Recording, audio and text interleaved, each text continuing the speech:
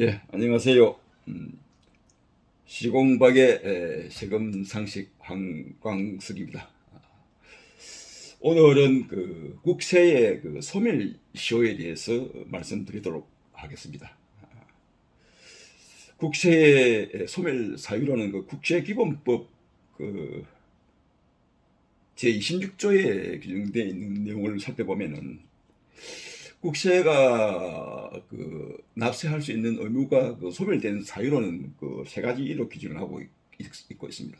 즉 국세가 고지가 됐을 때 납부나 현금으로 충당이 됐을 때 또는 뭐 국세 세우 국세 감청에서 그 부과가 취소되었을 때 이런 경우하고 그리고 지난 시간에 말씀드렸던 그 국세 그 부과 제적 기간이 그 완료가 됐을 때 그리고 이번 시간에 그 말씀드릴 그 국세 징수권의 그 소멸시효가 완성되었을 때 그 납세 의무가 그 소멸하도록 그 국세 기본법에 규정을 하고 있습니다.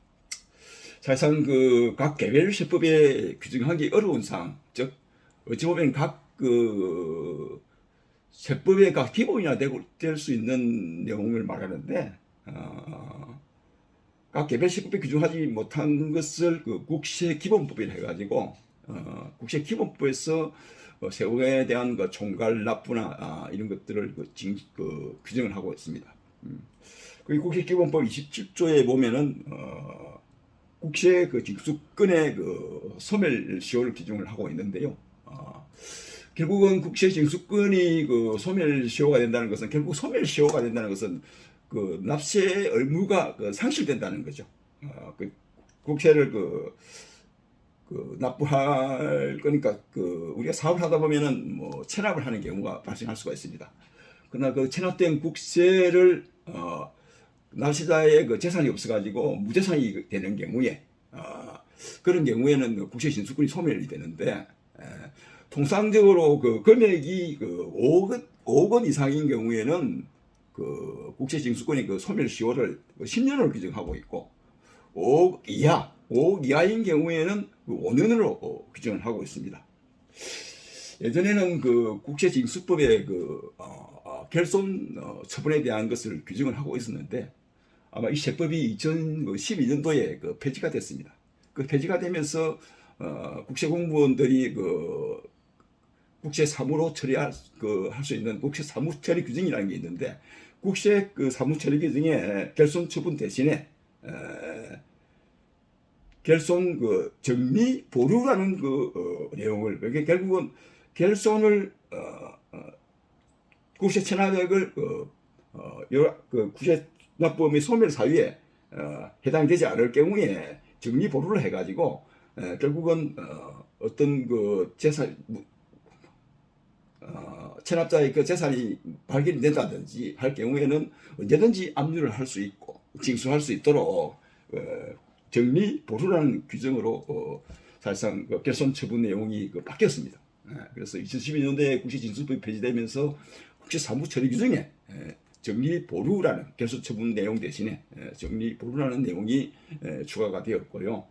결국은 우리가 알아둬야 될 내용은 국세 그 소멸시효는 결국은 국세 징수를 할 수 있는 날로부터 10년이 경과가 되면은 5억 이상인 경우에 10년 경과되면은 소멸되고 그 외의 국세는 5년이 경과되면은 소멸된다는 내용을 좀 알았으면 좋겠습니다. 그리고 이 소멸 사유는 결국은 국세 징수권을 행사할 수 있는 때로부터 실제 그 징수권 소멸시효 기산일을 계산할 수가 있는데 징수권을 행사할 수 있는 때를 언제로 그 세법에서는 규정을 하고 있느냐 하면은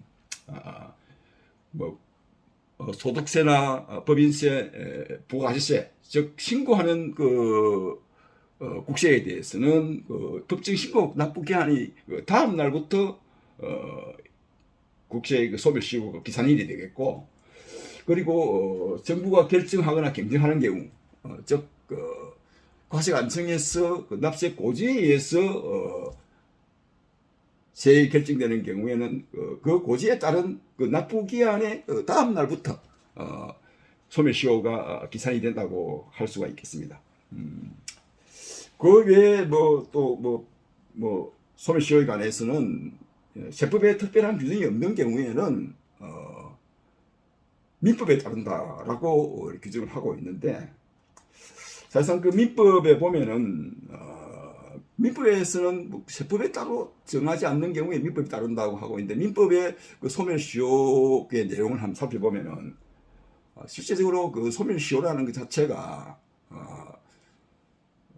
세법에 규정하고 있는 것은 5년이나 10년이 경과되면은 그 국세를 결국 징수권이 소멸된다라고 할 수 있는데, 민법에 규정하고 있는 내용은 권리자가 재산권을 행사할 수 있었는데 그 일정 기간 동안 그 재산권을, 즉 권리를 행사하지 않는 경우에 그 권리를 박탈하는 제도를 소멸시효라고 하고 있습니다.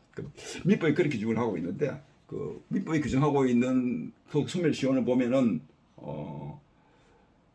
숙보의 상한 청구권 같은 경우에 6개월로 규정을 하고 있고, 그 다음에 그 복권 당첨금이나 일반 채권 같은 경우에는 소멸시효가 1년이고, 그 다음에 이자 같은 경우에는 소멸시효가 2년, 그리고 3년으로 규정하고 있는 것은 임금 채권이라든지 퇴직금 이런 것은 3년으로 규정을 하고 있습니다. 일반적으로 상행위로 일어나는 채권이라든지 5년의 상사 소멸 시효가 적용되는 경우에는 통상적으로 소멸시효는 5년이라고 규정하고 있습니다. 그리고 지방자치단체에 대한 그 금전 채권과 같은 경우에도 5년을 규정을 하고 있고요. 그리고 통상의 그 채권 같은 경우에는 그 소멸시효가 10년을 규정하고 있는데, 소멸시효가 10년인 것을 보면은 통상적인 채권 외에 그 불법 행위로 인한 그 손해배상 청구권 또는 판결에 의해서 확정된 채권은 소멸시효가 10년으로 규정을 하고 있습니다. 그 외에 또 시효가 10년인 그 초과하는 경우에는 20년의 소멸시효가 지어지는 경우가 있는데, 이런 경우에는 그 채권하고 소유권을 제외한 어떤 재산권 이런 경우에는 소멸시효를 통상적으로 20년으로 규정을 하고 있습니다. 그래서 일단 세법에서는 이러한 그 소멸시효의 그 사유를 결국은 세법에 정하지 않는 것은 따로 민법에 정한다라고 하고 있는데, 통상적인 민법에 적용을 하는 경우는 드물다고 할 수도 있겠고요. 우리가 알아놔야 할 사항은 결국은 소멸시효가 완성되는 채권은 5억 이상 경우에는, 즉 사업을 하다가 체납액이 5억 이상이 된다고 할 경우에는 소멸시효가 무재산인 경우에 10년, 그 외에 5년 그리고 5억 이하인 그 국세가 체납이 됐을 경우에는 5년으로 규정하고 있다 하는 내용을 숙지하면 되지 않겠나 생각을 하고 있습니다. 그리고 이 소멸시효와 관련돼서 사실상 그 무재산인 경우에는 간단하게 이렇게 국세징수권이 소멸시효가 종료가 됨으로써 사실상 완전히 소멸이 된다고 할 수가 있는데, 이러한 국세 그 소멸시효 기간도 국세기본법의 그 제28조에 소멸시효의 중단과 정지라는 것을 규정을 하고 있습니다. 사실상 그 국세징수권이 소멸되는 그 시효의 그 중단 사유 내용을 보면은 납세 고지나 독촉 또는 교부 청구, 압류 이런 경우에는 소멸시효가 사실상 중단이 될 수가 있는데, 여러분들이 납부 고지나 독촉 같은 경우에는 쉽게 알아들을 수 있는 용어이지만은 교부 청구나 압류 이런 것은 조금은 애매하지도 할 수 있겠죠. 교부 청구라는 것은 사실상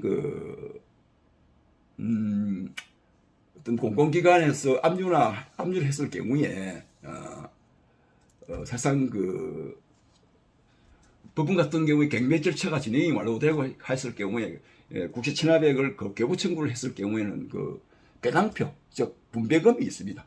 그런 경우에 그 분배금을 요구하는 것이 즉 직접적으로 뭐 압류했을 경우도 있고 압류하지 않더라도 그 재산이 경매가 완료됐을 경우에 체납액이 우선권이 있을 경우에는 체납액을 청구할 수 있는 것 거기에 교부 청구라고 할 수 있는데요.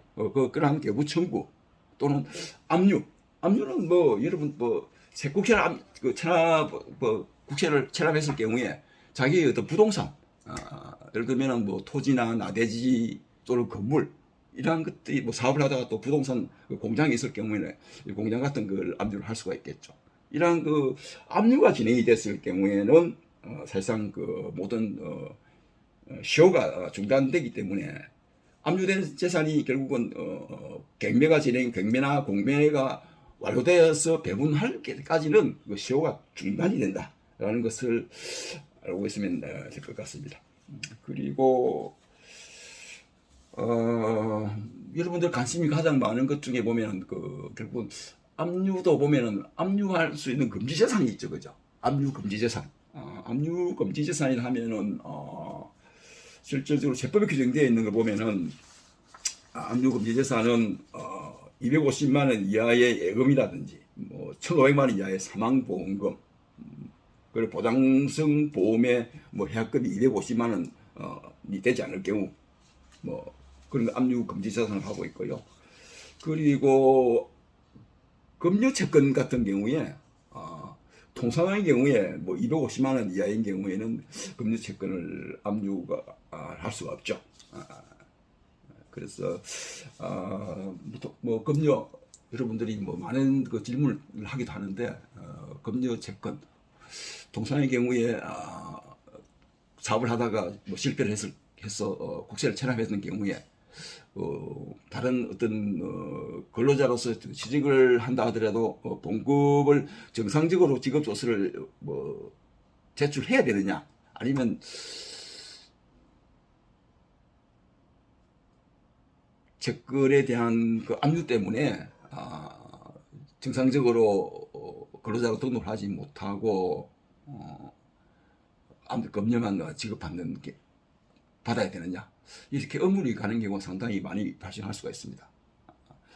아무튼 뭐 국세 행정 집행하다 보면은 뭐 근로자의 급여가 일정 금액이 발생할 경우에는 그 임금 채권에 대해서 국세청에 그 체납액이 있을 경우에는 압류를 하게 돼 있는데 실제적으로 임금 채권이 250만 원 이하인 경우에는 사실상 압류를 하면 안 되겠죠. 세법상 압류가 압류를 제한하게 되어 있는데 아무튼 그것 때문에 결국은 임금 채권이 얼마까지 압류가 되지 않느냐 하고 문의를 하는 경우가 상당히 많았습니다. 그 경우에 실질적으로 250만 원까지는 압류를 금지하게 되어 있기 때문에 임금 채권 같은 경우에는 250만 원까지는 뭐 실제적 근로소득 지급조서가 제출되었다 하더라도 실제적으로 그 근로자를 채용하고 있는 기관이나 회사에서는 그 압류 채권에 대해서는 지급을 할 의무가 없는 거죠. 그러니까 통상의 경우에는 이런 것을 잘 모르기 때문에 실제적으로 임금을 지급한다 하더라도 지급조서 제출 없이 통상적으로 지급하는 경우가 허다하게 있는 것으로 알고 있습니다. 그러나 국세기본법에 규정하고 있는 것은 결국은 물론 뭐 기본법 외에 국세징수법의 금전 채권에 대해서 일정 금액 이하에 대해서는 압류를 제한하는 것으로 이렇게 규정을 하고 있습니다만은 기본적으로는 일단은 그 국세기본법 규정되어 있는 것은 납세 의무의 소멸 사유로는 그 납부를 중단하거나 또는 부과가 취소되었을 때 또는 부과 제척 기간이 경과되었을 때 또는 소멸시효가 완성되었을 때라고 이렇게 규정을 하고 있고요. 그리고 5억 원 이상인 국세를 체납했을 경우에는 10년이 경과돼야 되고 5억 원 이하인 경우에는 5년이 경과되면은 공시의 징수권을 사실 소멸시효 된다는 것을 여러분들이 잘 숙지를 하면 되지 않겠나라고 생각을 한번 해봅니다. 이번에는 사실상 그 국세의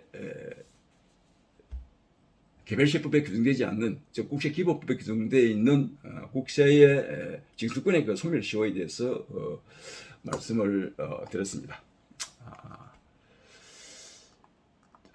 뭐 여러분들이 사실상 이 소멸시효라는 게 일반적이지는 않죠. 법률 용어이기 때문에 상당히 조금은 뭐 생소하기도 하고, 여러분들이 궁금해하는, 내가 국세 사업을 하다가 납세가 어려워서 그 체납을 했을 경우에 어떻게 하면은 이 국세 시효가 소멸될까?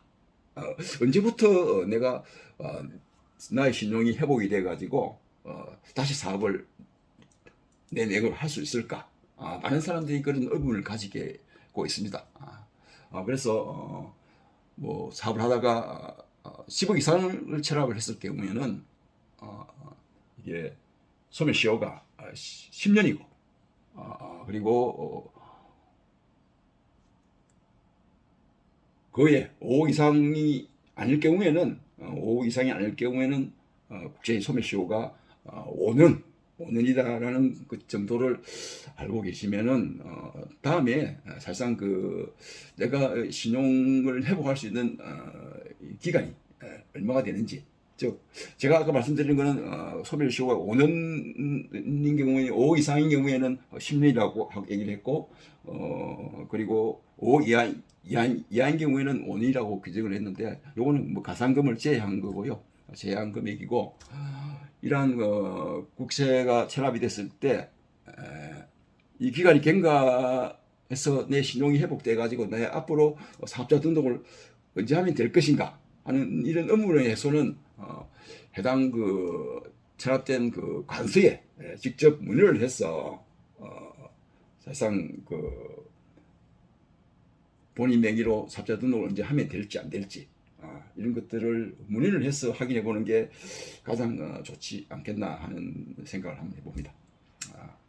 아무튼 여러분께서 잘 기억하고 해야 될 부분이, 내가 체납한 국세가 5억 이상이냐 또는 5억 이하이냐, 여기에 달려 있고, 예전에는 뭐 국세 결손 처분이라 해가지고 결손 처분이 된 경우에는 실제적으로 소멸시효가 완성이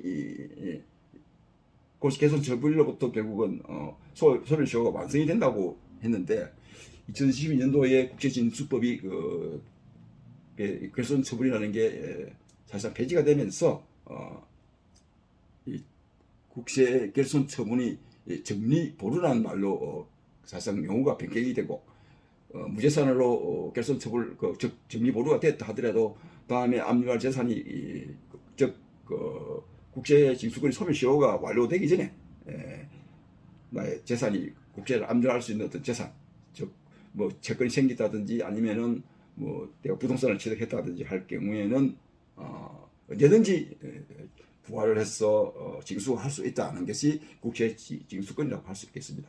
그래서 물론 이제 이 국세 징수권의 소멸시효 완성으로서 정리 보류를 하는 이유는, 결국은 개손 처분하는 이유는 이 개손이 사실상 그 체납자의 그 재산이 무재산인데도 불구하고 이 재산을 자꾸만 관리를 할 경우에는 행정적인 낭비가 될 뿐만 아니고, 사실상 본인에게도, 납세자 본인에게도 매번 독촉이 들어오고 하면은 정신적으로 스트레스를 많이 받겠죠.